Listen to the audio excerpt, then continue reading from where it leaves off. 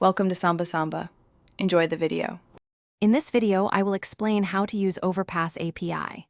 Overpass API is a read-only API that serves up custom-selected parts of OpenStreetMap data. It is a specialized search engine for OpenStreetMap's data. You can use it to query for specific features, like all restaurants in a city or all roads of a certain type. It is incredibly useful for researchers, developers, and anyone needing precise geographic data. Let's dive into crafting your first query. Every query starts by defining the type of OpenStreetMap element you are looking for, like a node, way, or relation. Then, you add filters using key-value pairs, such as highway equals residential to find residential roads. You can also specify a bounding box with 4 coordinates to limit your search to a particular area. Finally, you tell Overpass API how to output the results.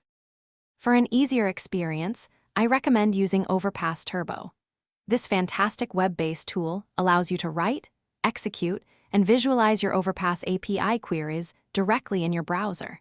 It features an intuitive map interface where you can see your results instantly. Overpass Turbo also includes a wizard for generating queries and many examples to help you get started quickly. It is an invaluable resource for learning and testing. Once you are comfortable with the basics, you can explore advanced query techniques. The union statement allows you to combine several query blocks, while recurse helps find all elements related to a specific object, like all nodes of a way. You can choose various output formats, including JSON for programmatic use or XML.